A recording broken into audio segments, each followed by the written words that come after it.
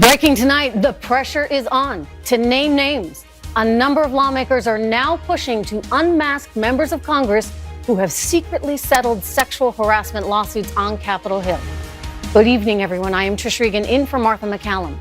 The new push includes a ban on using taxpayer money to foot the bill for these lawsuits, a practice that one lawmaker calls, quote, subsidizing predatory behavior on the backs of the American people. All this as we're hearing for the first time from one of the women accusing Democratic Congressman John Conyers of harassment. Melanie Sloan worked for Conyers as a House Judiciary Committee staffer in the late 1990s. In a new interview, Sloan details disturbing instances of verbal abuse and, quote, sexual discrimination, and she makes this troubling claim about the culture in Washington. People shrug off members' misconduct on Capitol Hill. The kind of abuse I suffered at Congressman Conyers' hands was awful, but I won't say that it's unique. And just a short time ago, House members announcing a brand new effort to make anti-harassment training mandatory on Capitol Hill, a move some say is long overdue. Meanwhile, Minnesota Senator Al Franken is apologizing again for his bad behavior now that 4 women are accusing him of sexual misconduct, but he's not denying the allegations. We have a whole lot to unravel tonight, and we're going to begin with Kristen Fisher in Washington. Well, Trish, Senator Franken is expected to speak publicly about these allegations for the very first time on Sunday. You know, so far he's been walking this very fine line of apologizing without actually admitting to the things that these women are accusing him of. Well, 2 more women came forward this week. They claim he touched them inappropriately during campaign events in 2007 and 2008, to which Senator Franken responded in part, quote, I'm a warm person. I hug people. I've learned from recent stories that in some of those encounters, I crossed a line for some women, and I know that any number is too many. I feel terribly that I've made some women feel badly, and for that, I am so sorry. He's now facing an ethics investigation on Capitol Hill, and so is Democratic Congressman John Conyers. He's denied that he sexually harassed a female aide, leading to a reported 5-figure payout funded by taxpayers. Well, the Congressional Office of Compliance says 17 million taxpayer dollars have been used to settle more than 200 claims over 20 years, though not all for sexual harassment. So now pressure is mounting on congressional leaders to release the names of lawmakers who've secretly settled sexual harassment claims at taxpayers' expense. Even President Trump said this week that he believes Congress should disclose those settlements. Republican Congressman Ron DeSantis proposed a bill last week that would require the public disclosure of all sexual harassment settlements. It would also ban Congress from footing the bill in the future. So there's a lot of momentum building to unmask any other sexual harassers, and that's making some folks on Capitol Hill very nervous, Trish. I would imagine so. Thank you, Kristen. Here now, Tammy Bruce, Washington Times columnist and radio talk show host. She is also a Fox News contributor. And Dr. Wendy Osefo, political commentator and professor at Johns Hopkins University. Good to see you both. Tammy, I'll start with you. How is it that you and me and Wendy and everybody else in America tonight are paying for the lousy behavior of a few on Capitol Hill? Well, look, this is the government. This is where you've got a lot of power, of course, a lot of influence, and a lot of money.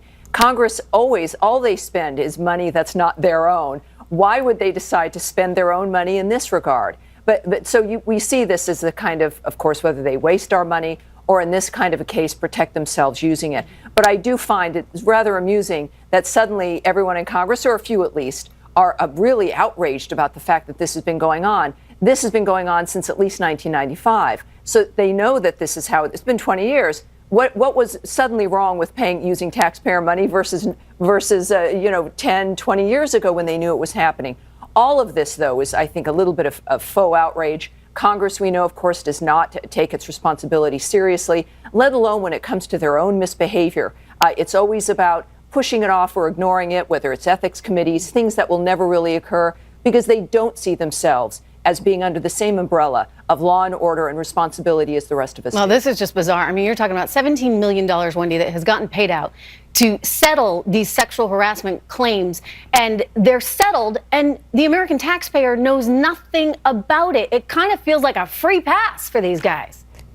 Absolutely, it does feel like a free pass, but what we're looking at here is a systemic issue of power and privilege within our society. Whether we're looking at Conyers, we're looking at Franklin, we're looking at Moore or George H.W. Bush, these are men who have been accused of sexual misconduct. But this is what's really important here. The chambers has continued to look at their harassment policy, and we as taxpayers should say we need to put in checks and balances in that harassment policy that speaks to issues like this, because what can no longer happen is taxpayers can no longer continue to bankroll sexually predatory behavior by officials which we elected. That has to stop today. Well, you know, look, they're talking about putting in classes. It seems to me kind of amazing that anybody needs a class in this stuff, but that's where we are today. And you know what? We have corporations all over the United States of America, Tammy, that have these classes, and they have this kind of training so that they hopefully don't have stuff like this happen, but we know it happens. Yes. Will the classes make a difference on Capitol Hill? You know, it only happens when there's a desire systemically to make a difference. Look, these are the people in Congress, remember, are some of the richest people in America. They've done other kinds of work. $300 million one member is worth. These are not newbies in life. They know what the rules are. Classes don't tell you the difference between right and wrong. You have a sense of integrity and dignity, and you know how to treat women. That becomes the issue. Why is it, and it is systemic, I agree with my sister here on the other side, that this is a cultural dynamic, and you notice when there's unlimited power and money, like in Hollywood, like in journalism, and of course in Congress. It's interesting, isn't it? When you have billions of dollars and extraordinary power, but it's also in other industries at different kinds of levels. But as a society, this conversation has to happen so that other women know that you are not alone, and so that men who have thought, because it has been normal for so long, that maybe this is just normal life. I think a lot of men are getting an education that it's not normal any longer. Important that that happens. It's important for every woman in America. It's important for every man in America and any father of daughters. I've got 2 little girls myself, and I think I want to make sure that they, when they go into the workforce, don't have to experience any of that I keep hearing about. Let me ask you about this one. Al Franken, Wendy, he's not going to resign.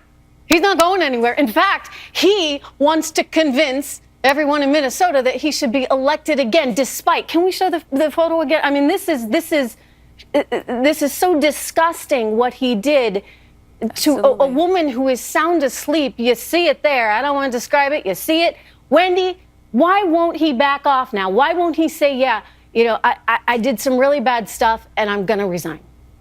Well, this goes to that behavior again, this sense of entitlement. He's not going to resign, and I actually heard a retort that said, well, if he resigns, then other people who've been accused should resign. It's going back to this, like, you know, elementary school behavior where it's like, no, you do it, no, you do it. And quite frankly, this is a bigger issue. This is about misconduct. This is about women. But let me say something here that's really important. Even though, you know, so far he's had 2 women who have given back the money that he's helped them raise within their campaign, history has shown us that when men who are in these positions of power do something, it doesn't necessarily tank their career. Bill Clinton had an approval rating between 34 and 62% before his impeachment proceedings. After the hearings, his approval rating went up to 74%. It was a historical high. So, I mean, Al Franken is not just one person who's done this. We've seen this time and time again.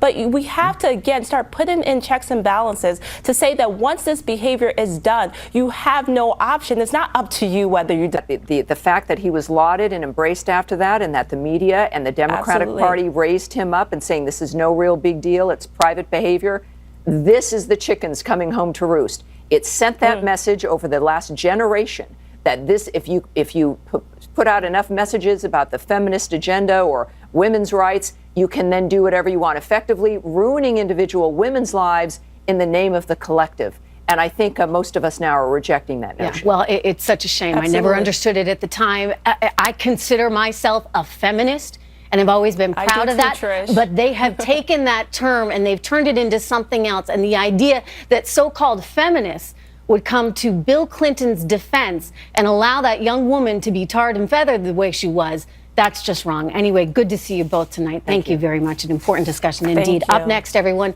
it's